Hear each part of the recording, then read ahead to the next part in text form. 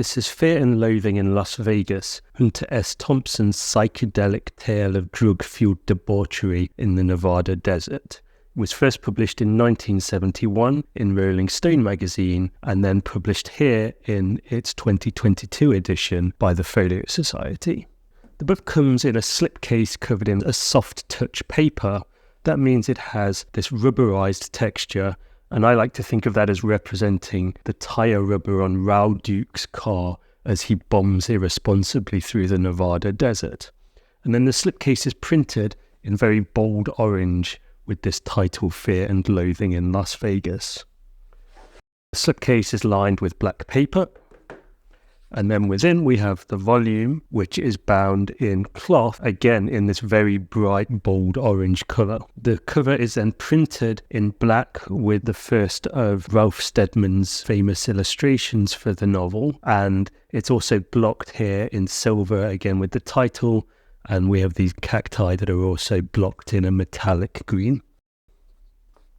Flipping over to the spine, we have again the title and then blocked in green, Hunter S. Thompson, and illustrated by Ralph Steadman.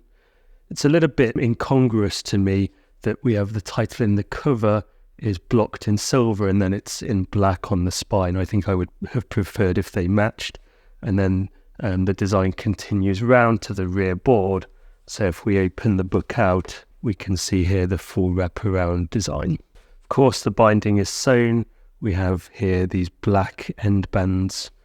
Otherwise, there's nothing too remarkable about the exterior of this Folio Society edition. We have these metallic grey end papers, and then we reach the title spread, and we see as the frontispiece here one of Ralph Steadman's illustrations again.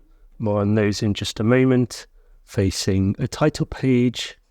And then as usual on the copyright page, we have some production details. This book is typeset in Electra with alternate Gothic, which is this bold sans serif face that we see here used for display. And it's printed on Abbey Pure rough paper. The book's quite short, so they were able to use a heavier stock. It has an ever so slight rough texture, but not terribly rough, and pretty good opacity.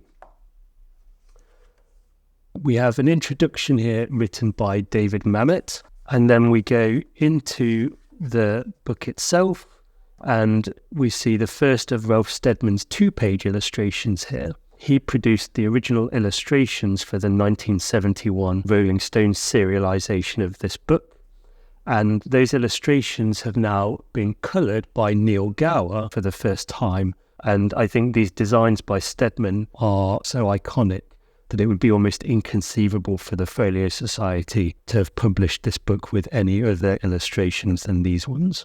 There are 26 illustrations in total, by the way, and 5 of those, like this one, span 2 pages. Here's the second of those full-page illustrations, titling the first part of the book. And then we go straight into the text. And now I will leaf through the book and there'll be a chance to see a little bit about the typographic design and also some more of those illustrations by Steadman. Just to briefly comment meanwhile on Thompson's novel, Thompson of course was a journalist who invented gonzo journalism, which blended fact and fiction in quite a fluid way, and one rather hopes that this book is more fiction than fact, because otherwise it would be just a little bit too shocking. So if you're the type of person who gets easily offended by irresponsible or illegal behaviour, this might not be the book for you.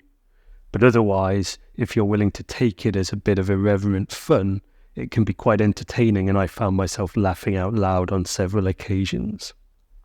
The book is quite short, at about 212 pages, and that's fortunate because I think any longer and it would have outstayed its welcome. But compact as it is, this, as I said, is an entertaining novel, and also one of some cultural import, being as it is a reflection of 1970s American drug culture and, as I said, instrumental in the birth of gonzo journalism. So that is Fear and Loathing in Las Vegas from the Folio Society 2022. It's quite a nice edition. We have this cloth binding, the rubberized texture to the slipcase, the use of Steadman's classic illustrations, altogether a nice edition of a modern classic that is arguably of some cultural significance.